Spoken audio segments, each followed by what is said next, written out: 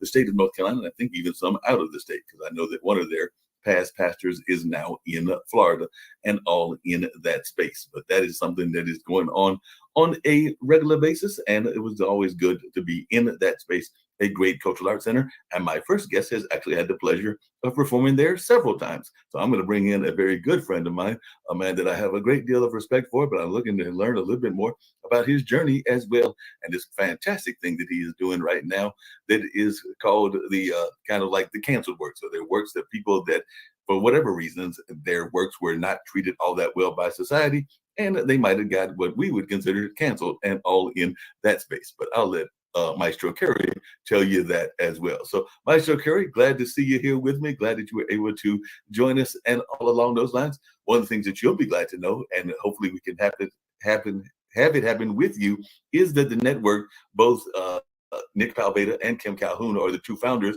are lovers of music. So they've been actually having meetings with one of your contemporaries, John Brown, about airing some of the music from Baldwin Auditorium to this new network, Pod TV, and all along those lines. So maybe we can have those same conversations about bringing some of the symphony's work onto the air as well. So definitely we can have that conversation and see if we can make that happen, so we can get some live performances going right here to the Pod TV network. But Maestro Curry, I've known you all this time, and I don't know that much about your history and what got you into the whole music and classical music lane. So I guess that's the first question I've got to ask you is, what drove Maestro Curry into classical music?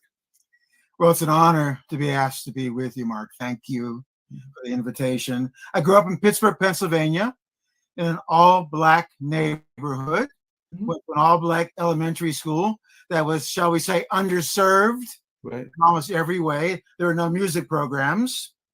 I was a very, very curious kid. My idea of my second grade summer vacation was to try to memorize the encyclopedia.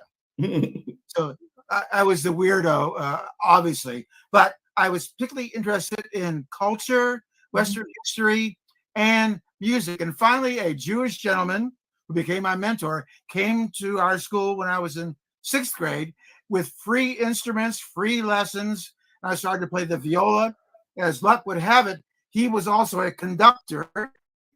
So he mentored me in that field, gave me my conducting debut at age 15 in front of an adult paying audience. And I spent my teen years absolutely obsessed with classical music and playing jazz on saxophone and bass, piano,